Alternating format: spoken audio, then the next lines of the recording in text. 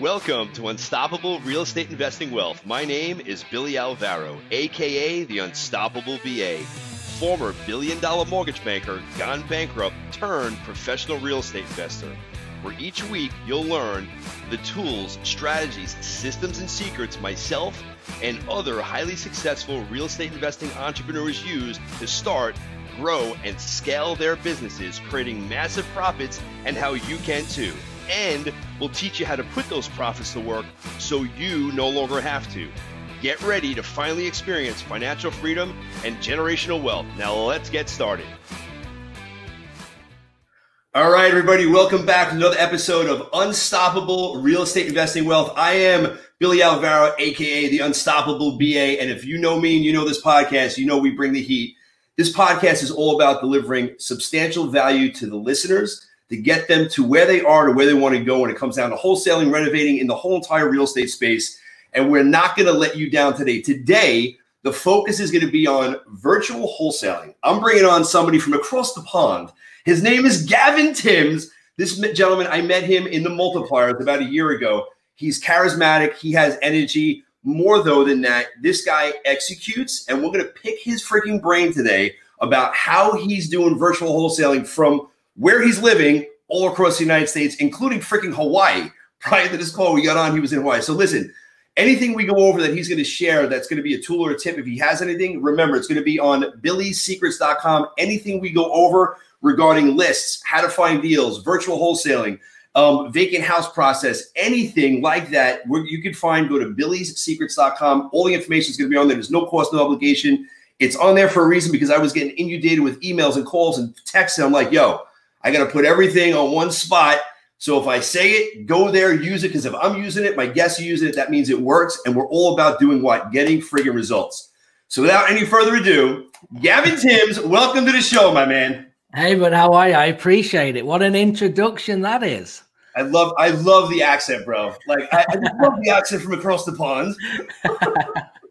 Hey, before we do get going, I just want to wish you a happy birthday when we're recording this. So anyone in the that's listening to this, make sure you like and subscribe to his show and drop him a little comment saying happy birthday. So I appreciate happy that, birthday. Thank you so much, my man. I appreciate that. And you're going to be going to Tulum in a couple of weeks. Yes. With the group. I'm unfortunately going to miss it because this year I'm going and I'm going to be living in Puerto Rico for a month, looking for a property because I want to live the virtual lifestyle. So eventually I'm going to be living in Puerto Rico full time, running my business from there in New York and New Jersey. So it's I hate that I'm going to miss it, you guys, because I love going there each year and mixing it up and just networking and having a good time. Yeah. But I'm going to have a blast in Puerto Rico, I can assure you. You will. You will. So, Gavin, give us a backstory. I mean, you're new. I mean, not within the last year, but you're relatively new to the United States. I mean, you came here years back. You did your thing. Give us your backstory of how you got into this business and what how did you get into the whole real estate space? It's actually kind of a crazy story because obviously from England, came out, I don't know, 9 years ago now, to the States. I used to be a golf professional. That's what I did. So when I came out, I was coming out for golf, then met my wife, who obviously you met in Tulum, Crystal. Yep. So then we started dating. Eventually I moved over, full time, and it wasn't in real estate at all. And the craziest thing happened that I think a lot of people that watch these are passionate about real estate, right? And it's been a dream to get into real estate and do all of these things, but I never had that, right? I was looking for something that I could work on a virtual level, okay, and that I could do from anywhere, from a phone or laptop, right? Because I think it's so like people talk about a virtual like phone or laptop. It just sounds a bit cheesy when you say it. That's what I wanted, right? Because people talk about it and it was nothing to do with real estate. I didn't know what it was. All I knew coming to the United States, I refused to take a full-time job because of 5 days vacation, I can't get home. I can't get back to England. Sure. That's where the family is. So I made the commitment, if I'm going to move out here, I've got to get home. So I was always looking at things, and insurance and all these things that you can do from a phone or laptop. And we were visiting back home, back in the UK, and we went on vacation to a place called Cornwall, which is in the south of England, beautiful place called St. Ives. And we were walking across the harbour. It was about 9 o'clock at night, and there's a coffee shop in the day and a wine bar at night. And we we were like, oh, should we go for a drink just before we go home? Like, go on then. So we went in, and obviously England is small. The places are real small, especially the old towns. And the tables were really close together. And there was 2 couples sitting there, and one was from Ireland. And they're talking, and we're talking. And Crystal, my wife, said, oh, he's from South Africa. And I'm like, no, he's not. He's from Ireland. And she's having none of it. So I'm like, whatever. So they broke their conversation, and I interrupted them. And I was like, hey, where are you from? And he's like, oh, I'm from Ireland, but I live in Manchester. And I'm like, see. And of course, now we're having a conversation, right? Now we're all talking with the 2 couples. And I said, what do you do? And he said, oh, I'm a property investor, but I don't see houses. And I was like, what? Like, what do you mean? A property investor doesn't see houses? Makes no sense. So then he starts talking to me, and he's like, you'd be really good at it. Like, you should look. So I just told him I'm looking for something to do. And he's like, you should do it, and blah, blah, blah. So cut a long story short, that's how the real estate started. No. His coach in the UK, who I train with, happened to be partnering with someone in the US, Joe McCall at the time. Sure. Yep. Right? So I'm coming in, I come back to England, to the States, and I'm like messaging, and he's like, look, you should get my coach. And I'm like, all right, whatever. So I go in, hard coaching, $7,500, didn't know the word wholesaling, never read a book, never bought a course, don't know what I'm doing. And I took the training in the US, but I had a coach in England, and that's how I started. And that was it, virtual wholesaling. That is incredible, dude. But the key point is you knew what you wanted your life to look like, virtual. 100%. Right, and that's key, man. People have to have like an understanding of what they want. They might not be 100% clear on what it is, but you had that drive saying, you know what, if I'm going to live in the States, it's got to be virtual, my terms, my way, and that's it. And how do you know it? Like, you ask, you put it out, and boom, this shit comes right to you. 100%. And you're exactly right. What I wanted, I was very clear. The concept of it, no idea at the time. I just kept looking for that opportunity to present itself. And my personality is, once I'm in, I'm all in. And I'm going to make it work. And there's no stopping me. And I believe that anyone getting into real estate, if you can give it 6 months and look back, right, and say, I gave it my all with nothing left to do, and you didn't do a deal or didn't make it, I think you can go, okay, it just wasn't for me, right? But I guarantee that anyone that does that will be doing deals, and several of them. I can assure you. You have to be persistent at this game, and you have to know you're going to lose a lot more than you win. And people need to get that through their head. I preach it all the time. Young guys and girls getting into this, even the older guys and girls getting into this, you're going to trip up. You're going to lose deals. You're going to make mistakes. You're not going to say the right thing over the phone, but you got to keep on picking yourself up and going forward, because it's those small losses that you're going to gain with those big wins. 100%. One time after the other. So you learn from Joe McCall, who's an outstanding individual. I don't really know him personally, but we're in the same group, Collective Genius. The guy is a beast. He just knows what the hell he's doing. He coached you in virtual wholesaling, or did he coach? Because he's a leads option guy, right? Yeah. So at the time, he didn't coach me. I just had some of his material of the course. I got coached from a guy in the UK. But I had that material. But what was happening is that you're exactly right. When I started, the fear was that I don't know what I'm doing, right? So I can't go in a house. Right, I don't want to go in a house because I don't know the first thing about a repair on anything. I can't fix anything. I don't know what I'm doing. So I'm like, all right, cool, virtual. I ain't got to go into the house. So that like ticks the box, right? I'm happy. If I can be on the phone, I can sell anything. I can talk to anyone, no problem. But don't make me go to the house. I don't have to go to the house, so that's a win for me. The other thing I was scared to death of was putting something under contract, and then I've got to buy the house, and I ain't got the money to do it. So then the fear of then signing the contract when I'm new, and this is all new to me, I was freaking out about that. So what I did was, when I got started, first massive mistake, I was living in San Francisco. Crystal was a travel nurse, and I was working in golf in San Fran. I sent my first mailer to Jacksonville, Florida. But what hadn't worked out was that I got off the golf course at like 5, 6 o'clock, and it was 9 o'clock at night. Right. So the time difference. So that I was like, this is brutal. How am I going to do this? So a couple of months in, we moved to Phoenix, And I kind of went all in. And what I did was I started then to create partners by creating opportunity. Was like, right, where are my fears? What am I holding back? I believe I can contract anything. I believe I can do anything over the phone, but I'm scared of this contract thing and I don't know what I'm doing. So I went and networked with investors and I started to partner with people that would take the deal down and we'd split the profits 50-50. So they would contract it to start with for me and I'd get 50% of the profit, right? So let me understand this concept. So you were just doing the marketing. Were you taking the call over the phone? I was doing all the phone. So what happened was you had somebody going out to the house and actually getting it on the contract. No, I was contracting over the phone. I've never got a contract face to face. So then who was your partner that was contracting it? So when I went to a meetup group in Phoenix, right? Phoenix, a hub of investors, it seems. Yeah. I don't know how well you know it, but everybody's there. Every guru, anyone you can think of is out of Phoenix. And loads of, if you go onto meetup.com in your area, you'll find these groups.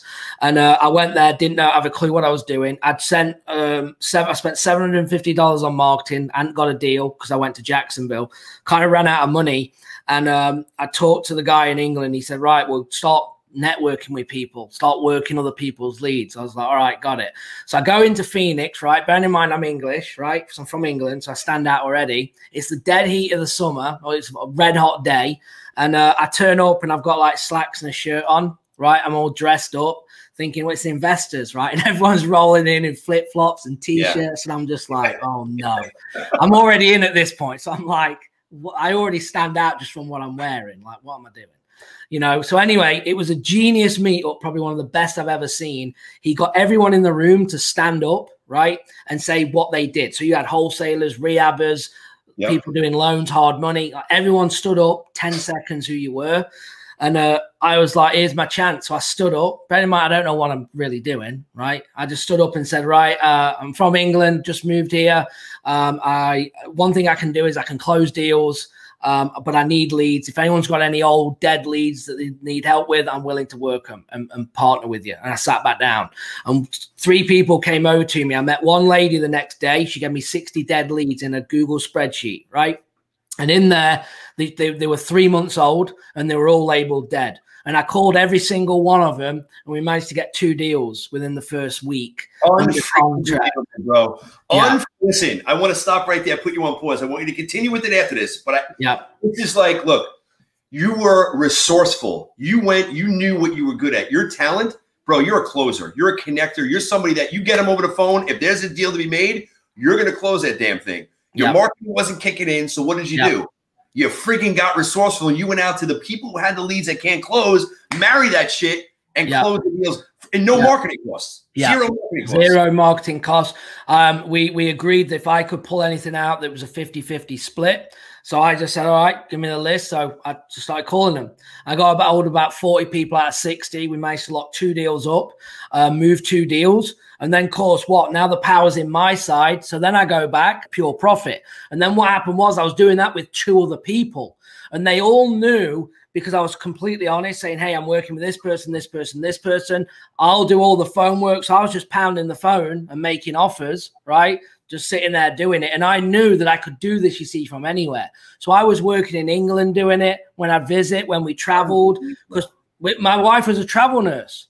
So I was we lived in California, Phoenix, Michigan, Florida, Georgia. We'd been all over while I was doing the investing, and I could, no problem. I could just do it. So it was a great model.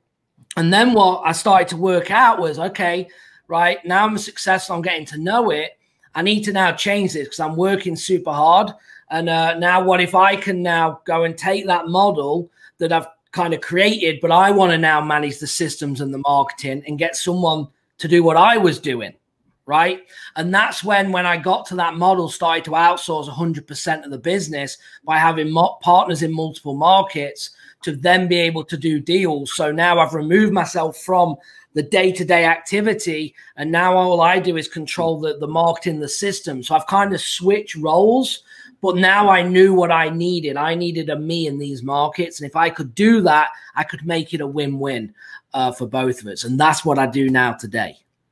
So listen, this was like that whole little bit Freaking incredible. And I have a ton of questions that I want to ask that I think other people who are listening are going to ask. So first off, you started doing this, no experience. How did you know, not knowing, like, how did you know what to even offer the people over the phone if you had no experience on looking at the property, figuring out the ARV, figuring out the repair costs? Like, how did you go in? I know you're a sales guy, but what did you do? How did you know what to lock it up at? How did you come up with the number? Yeah, so what we did and what I still do and that my team does today is that we have obviously general square footage for what it needs, right? So let's say it needs, in Alabama, it might need, you know, a paint and a carpet, and you might be $5, $7, $8 a square foot, right? For that. And obviously in New York, you're probably thinking, yeah, more like $40 a square foot for that, right? So you understand the market that you're in, and that will change accordingly. Yep. So when I understood that and thought, well, it doesn't need to be perfect, right? Because I'm not one contracting it, because that was the fear. So I got over that. And obviously in the contract, you have outs, you have inspection periods. But even to this day, what we do is we try and make sure the spread's built in based off in the negotiation. So let's say that I'm speaking to you, Billy, as a homeowner, and you're like, yeah, it's a nice property. You know, I've not been in there for 5 years. We don't need a lot of work, maybe painting a carpet. And regardless if you're BSing me and you don't really know, that doesn't matter, because when we contract a property, I've already got the spreads built in, and the only thing that can change is the repairs based on what you've told me. So as we send one of our investors in, or a boots on the ground in, and now it needs a new roof and it needs this and the AC is actually super old, we can renegotiate that based on the information that we were given. So your negotiation is much easier because it wasn't something that you did. Make sense? I got it. Yeah, you're basing your offer off of what they're telling you that the house needs. Correct. As far as rehab goes. And so when you send your people out to the house, you're either boots on the ground. Are they doing like an analysis? Are they taking pictures of the whole thing and giving you some sort of report? What does that look like? Yeah. So what happens is, good question. So I do different things depending on, again, relationships and networking, right? So I'll fire you a couple off here of what I'm talking about. So we have kind of 3 things that we do in Alabama. So I either have my partner go, okay, business partner on the ground there, go to the house. Only if it's high end will she go, okay? If it isn't, we're going to lock the deal up over the phone. And then there's 2 things that we do. We send the buyer in for the first look that wants to buy it. If we can get a lockbox on, they already know what we do. We don't go out. So based on what we found, they go in because we have the relationship. We've got no pictures, okay, and a walkthrough. So the first buyer that we send in, if we've got a good relationship, we get them to get some pictures for us, okay? So this is not an open house type deal. This is your relationship with one buyer in that area that consistently buys from you. Correct. And you're relying on them to go in to assess the property. Correct. Okay. Yeah. Right. Okay. So that's one way. Or we have what we call a runner. Okay, so a runner is basically someone, and you can find them anywhere, that's basically breathing and can take a good picture and walk through video. So these could be Uber drivers, you know, Lyft drivers, anyone that you can get that's just, you know, just a decent person that can go 25 bucks, go into the property, and they will either put a lockbox on if it's vacant. They'll do a pictures and a walkthrough. Sometimes if they're elderly, they'll get a contract signed for us, and we have different runners that we use that will pay. And sometimes then we'll do like 25 a property, 50 a property. If it's one on its own and it's out the way, we'll pay to go and get that information for us. So that's how we do it. I love it. That's a ridiculous process, bro. And it sounds extremely easy on how you structured this thing. Like, it's not that difficult to put this process together. It sounds that way anyway. No, you're only as good as your team, right? So your team's everything. So I believe with my direct team in terms of a system and a marketing that I can go and generate anywhere in the United States and do deals, right? But the part that I need to get before I do that is the partner, right? The team, the person on the ground that I'm going to work with. And I do this with wholesalers and I do this with flippers. Okay. So talk to me about the how much you paying your partner, the first person that goes in. If it's a higher end home, what's the percentage that you're paying with those people? So with a partner, we split 50-50 the profit. Okay. 50-50 in the partner. The wholesale guy, he's just buying it for you at a certain amount and you're getting your fee. Is that Am I accurate with that? Well, the partner, you could say, is that the partner's like a wholesaler, right? So it's 50-50. So they will move it to different buyers, and whatever spread we get on a wholesale fee, whether it's an assignment or a double close, we split 50-50. Okay. So you're on the ground there. He's the person who has the buyer's list. You're generating the lead. He has the buyer's list, and you guys are splitting it back and forth. Yeah. In a roundabout way, yes. And it's Melissa that's in Bama. Then I do the same in Florida. I do some stuff then in Georgia with someone else. And then, we do some stuff in Maui. And I do multiple stuff they're kind of my active markets. I do stuff in other markets, but that's kind of like with a student or something like that. So I don't class them as my markets, if that makes sense. Got it. And then you're a property picture guy. He's just going out there to take pictures, $25 to $50, depending on where it's at. Yeah. And we call them runners. So, and you can get family members, anyone that there, right? Any like family, friends. And if you can have 2 or 3 of them, just see who can go at what time, and they get it, and they can do that. So we do that. We try and keep acquisition, because we do have an acquisition now that goes on the phone, and we try and keep them not going on appointments either. We try and do everything phone based. So what we did was, for instance, we took Alabama team with Melissa when we went to Maui. We used that exact team to then lock deals up virtually. Because we're not going to the houses, we can do it in any market. Sure. Just by looking at the numbers, again, networking, the boots on the ground is in the flipper. Like, what does he think we need it at? And when you collaborate together, then we can go in and kind of take it down. I love this process, brother. And so are you buying majority of your properties? Are they vacant, or are you buying owner occupied as well? We just closed on one that's owner occupied, actually. I think we've got 25,500 that should close next week. Owner occ is the slowest process of them all. So they can be decent deals, but they are the hardest to work because people are in the way. They need the money to move, and you have more objections with that. Our favorite list is for probably Bama is absentee. And even though that everyone will say, well, everyone works absentee. But no problem, because it's about the process, right? We're big in the marketing of cold calling. So when we get into the process, it's then now the process of working that deal over a period of time to get the contract. Again, follow up. When I came in from the story I told earlier, 60 dead leads. I mean, the word dead leads, right? So these are things that you wouldn't work, but you can see over 3 months, over 90 days, I got 2 of them. So they weren't dead. No means not now, right? That's how we it's only ever a dead lead if it just sold, like, oh, it sold last week, a few months ago, right? Sure. Then we'd say, okay, we're not going to follow up with that. And then the other thing is if they're threatening you, anything like that, like lawsuit, threatening to kill you or something, like that's it. Otherwise, it's no. We've had a couple of those. And, it's key to you saying, and that's another takeaway, like, when you're generating leads up front with lead generation, the deals happen through lead follow-up. Yeah, you're generating that lead today, but the money's made in the follow-up process. So to anybody out there that's listening, you have leads that are coming in, you get a no today or a number that just doesn't match, you have to keep it into your marketing database, have some sort of drip campaign that's going on behind the scenes with text and email and phone calls. And the biggest thing is put it on your tick list system to ensure that you're following up with these people. And listen, if you're not a closer, if you don't have the personality of somebody like Gavin or myself who can get on the phone and close, partner up with somebody who can. Like, if you're good at lead gen, if you have a personality, you're going out there and you're getting referrals in, but you can't close it, partner. I'd rather make 50% of something than 100% of nothing. Yeah. Right? I mean, it's a no-brainer. Yeah. And I've never closed. I don't believe I've ever closed a deal from start to finish without having somebody involved somewhere throughout the process.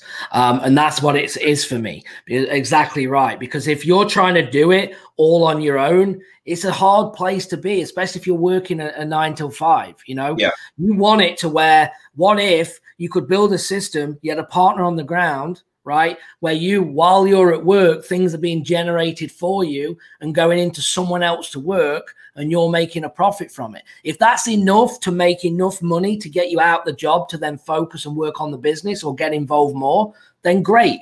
But you can't, I think there's so many people that have got kids and families and work too much and they want to get involved and they're trying to then get home and start texting people and they can't get the traction. and they can't get the traction because there's not enough hours within that day at the times that they need to be doing it. So you've got to adapt. You have to make changes. Else otherwise, you're going to be still here in a year's time trying to get your first deal or trying to make things happen. So you have to put things in place to change it up to then get where you need to be. I'm a firm believer in that, dude. And listen, there's a lot of people out there who they want to get into this business on their own full time. And look, you have to have a touch of crazy to get it to be an entrepreneur and do anything full time, because it is a big, tremendous commitment. Yep. So I preach out that I'm like, look, you might have the mindset that you want to go forward, but you may need that security blanket, or you may need a team. So instead of becoming an entrepreneur, become an intrapreneur. Partner with somebody who has the business, the systems, the back end, the front end, where you just plug in your talent into their business. And we do this with a lot of guys and girls nationally and in New York and New Jersey, where they'll do their part, generate a lead, we'll help them close it. We split the profits 50-50. It's a no freaking brainer. Yeah, and that's exactly it. And if you do that, 50% of something, everyone is so small-minded to think that they want all of it. Oh, I can't give that much away. But if you do enough of them, you're going to make more money. And you're going to get where you're going. You know, you're going to get your first deal, your 10th deal, your 20th, your 50th, right? And if you can do that, and it all comes down to circle back around is what you're trying to create, right? We talk about a lifestyle business, but you have to look at yourself and analyze, what do you want? Because if you understand what you want, you can then put things in place to make it happen, short term and then long term. I love it. Are you getting the contracts locked up over the phone through like a DocuSign, or your runner getting it signed at the house? What does that look like? Normally, if we can, it's DocuSign. Unless it's normally a technology problem, then we'll have to send somebody out. I mean, even in COVID, you know, with all the problems, we were like having to take it out to the mailbox and putting it like sealed in bags and, you know, all these things, whatever you got to do to get these things done. And so we do that. So we do both, but I'd say the majority are done through DocuSign. It's only if they're elderly that we have to then take the contract out. All right, let's shift gears a little bit. Still want to stay on the same topic, but I want to understand now, how do you know, what kind of research do you do when you're going into a new market? How do you research that market to know this is a good market to do virtual wholesaling in? Is there a process you have for that? Or is it just like kind of throw the dart at the dartboard? Okay, so I'm going to try and answer it in two ways, but keep it clear. And I'm going to explain why, right? If it was me personally going in with my model, okay, I will go and I look for the person, not necessarily the market. So I like to go and select 3 markets that I like the look of, okay? And I'm going to explain what them 3 markets to answer your question here in a second. And then I look for the person. So whoever comes that's going to be the best fit for me, that's the market that I will go into, right? Because again, I'm only as good as my team with my model. Makes sense. Now, how do you pick them 3 markets is kind of what you're asking. I look at, if I'm going to go virtual, if I'm in a New York market, if I'm in a Cal, if I'm in a, you know, a Phoenix, a Boston, something like that, everyone teaches to start in your backyard. And I'm all for that. You can be virtual in your backyard. But let's say that it's on the higher end, right? And the problem is for me starting in a higher end market, brand new, is that you've got to be super strong minded to stay in that market long enough without seeing a win. But the win's going to be big when you get it. And what's your personality like? Most people want to win as quickly as they can, right? And I think a New York market potentially isn't going to give you that unless you partner with someone like you, right? Well, most people are trying to do it on their own. So when I go into a virtual market, I look at markets that do fix and flip and buy and hold. Okay. So as a quick rule of thumb, most investors, you'll hear the 1% rule. Now, a lot of buy and hold investors want better than 1%, but it just gets you in the rule of thumb. So $100,000 home rents for $1,000, right? That's the 1%. Now you could argue, well, people want $1,200 for $100,000, but it gets you in the ballpark. That's what my point is. Okay. So that's another thing that I look at. So buy and hold market, the 1% rule. And then I look at activity, making sure that there's cash buyers actively buying in the last 6 months in that market. And you can use things like PropStream, ListSource, you know, data providers, Batch, things like that to look that information up. So active cash buyers then in that market, that's the other thing that I'll look for. And once I have that, that determines then for me to then go into that market and start generating. If I'm a one sole person going virtual, the first thing I do is build the buyers list. So I pull a list of cash buyers and I will network over the phone with them cash buyers. Okay. I want to find out what they're buying, where they're buying, how many they're buying. I'm going to build a relationship. Once I have that, I then can then figure their personalities out to see how I can help them and what I can get them doing for me, right? So, for instance, let's say I did this and I came across you, Billy. We got on well, and I say, look, Billy, I'm doing this virtual. You know, I live in New York and you're in Indianapolis, right? And I'm having this conversation, and I'm like, look, I don't have anyone on the ground, so how about this?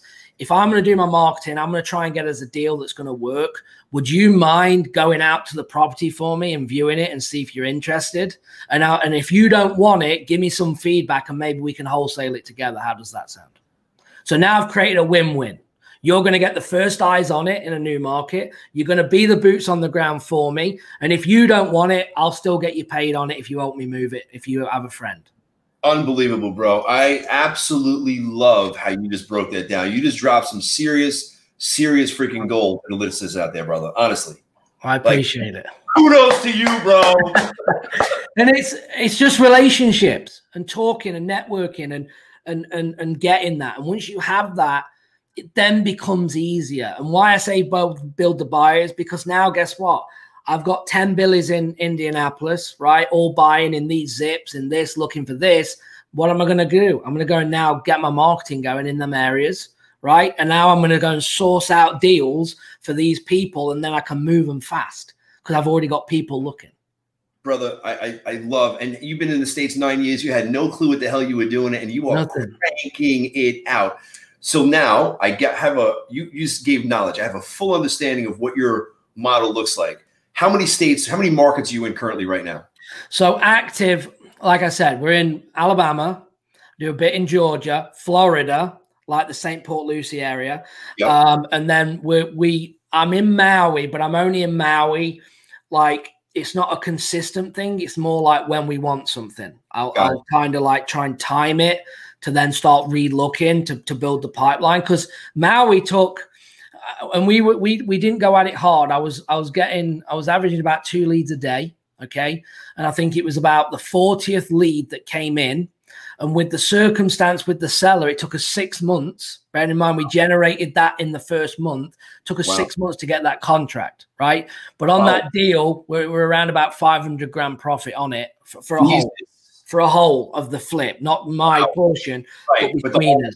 Yeah. So it was worth it, right? And I only take opportunity that makes sense. Like, people say, well, why didn't you go all heavy? Why don't you do 10 leads a day?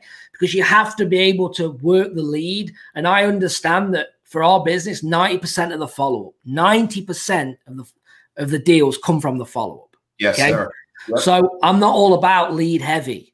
I have to have leads daily, but the follow-up needs to be done. Most investors, regardless of virtual or not, make the mistake is that they're so concerned and focused on new leads, they don't follow up. So all they do is just get a lead now and again and a deal now and again. They can't build a business because they don't have a follow-up system.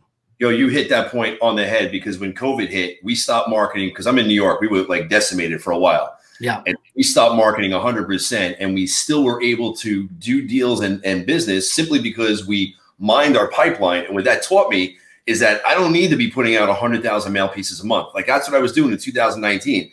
I don't need that, like, at all. My sales guys were like still producing, not as much, but still producing with zero marketing. So now it's all about a little bit of marketing with heavy emphasis on the follow-up on the back end. And we're doing a ton of business. Because that's where the profit is. Profit's in the follow-up. Yeah, it's on the back end for sure. What about your marketing? How are you going about generating your leads in all these different markets? Main one for us is cold calling is number one. And then we do some texting as well, but not heavily. But cold calling is definitely number one for us. And I do a very limited little direct mail now and again to niche lists. Like, It's normally if we can't get hold of them or like driving for dollars, things like that, we'll cold call, and we'll do direct mail too. But that's it mainly. I'm not doing Facebook and I'm not doing PPC. And the reason being is as well, my model is that I have to be very careful with the marketing dollars going out to make sure we're profitable. So yeah. So let me ask you now, you telemarketers, you're telemarketers in the country or out of the country? Out of the country, Philippines. And how many telemarketers do you have that are dialing for you? I have 5. Are they working for you direct, or are they like through an agency that's managed? They work for me direct. Yeah. Direct. They are in an agency, but it's not like they have a manager that they work directly. They check in with us. They work for us. They're just in an agency kind of setting, if that makes sense. But but it's not an agency. They don't we pay $5 an hour. That's what we pay. I love it. Do you mind sharing the name of that agency? It is, well, I have a couple of different ones. I actually got them from Upwork. They're very small. There's only about 50 in it. And I think it's TransUnion is what it is. It's very small. But one thing I can tell you real quick, if people are looking for a cold caller, it's pretty simple, the hire for me, right? What they need to do is they go on Upwork, create a job, and it needs to say about 3 lines, right? It's like not all this nonsense. Just keep it simple, get it gone. It's literally you're looking for a cold caller that's got 1 to 2 years experience, okay? That's got good English, that uses the dialer that you want them on, that has its experience with the dialer, and then basically real estate will help, but it's not a must. And that's what it says, okay? Well, go ahead. Keep going. All right. Then next move is you put the ad out. 3 lines, it's going to start cranking out. 24 hours, you're going to have to shut the ad off. Then in Upwork, that's what I use. There's hundreds of sources, but on Upwork, then what you look at is that you're going to have like a job completion kind of satisfactory success score, right? Mm-hmm. You then limit people by it needs to be 90% or better, right? So then you can eliminate people. So you got 90% or better. To the 90% or better, you then message them back and you say, send me a recording of 1 minute telling me about yourself. Okay. Love it. Then you got a few that do that, and then you get to listen to how they sound. So like, you sound good, you don't, you do, you don't, you don't. And then you narrow it down to 2 or 3. You can interview the 2 or 3. You can hire all 3 and see who performs, or you pick one that you like. And all of a sudden then, just through a couple of different moves, you've now narrowed it down to a small portion that sound good. Because that's the number one thing. Can you sound good? And then if they can use the system by asking questions, you can get around that when you interview. And if you hire that, you should have them set up within under 10 minutes, and they should be dialing for you. Bro, the gold that you dropped on this podcast, I know it's just shit that you just do on the daily, and it's like no big deal to a guy like you and me, but the stuff that you're putting out is just extremely, extremely valuable. Like, I'm hoping these listeners go in, give you a rating and a half, man, because like you were just killing it today with the knowledge. I really appreciate you taking your time out today, brother. Listen, I don't want to take up any more of your time. I know we both have hectic days. How do people get in touch with you if they want to find you, follow you on social media? Like what's going on with that? Yeah, so I have a podcast as well, REI Network with Gavin Timms, same as the YouTube channel, REI Network with Gavin Timms, so check that out. And I got a few free downloads if anyone wants them. If you go to reinetwork.com/downloads, reinetwork.com/downloads. And then finally, you can get me obviously through that, and you can email me at support@reinetwork.com. So one of them ways you'll reach me if you need anything. Gavin, you brought the heat, my man. You are the virtual machine from across the pond, absolutely shaking things up in America, making things happen. I wish I would have seen you in Tulum, my man, but I'll catch up with you again. Stay in touch, please, brother. I really appreciate what you did today for the listeners, my man. No problem. I appreciate you. Thanks for having me on, and enjoy your birthday, bud. Thank you, brother. I really appreciate that. All right. Bye-bye. Thank you so much for listening to today's episode of Unstoppable Real Estate Investing Wealth. My mission is to give you, my listeners, the blueprint for success, the insider secrets for starting, growing, and scaling your real estate investing business so you can experience and live the unstoppable lifestyle. I've made it simple for you. To catapult yourself to success, go to billyssecrets.com. That's BILLYS secrets.com. There you will find every single tool, tip, trick, strategy, system, and secret used to make millions of dollars as a real estate investor. Everything my team uses and my guests use all in one place for you to tap into so you can start, grow, and scale your real estate investing business. I really hope you implement what you're learning. I hope you utilize these tools, tips, tricks, strategies, and secrets. And I hope to see you on the next episode. God bless. Bye-bye.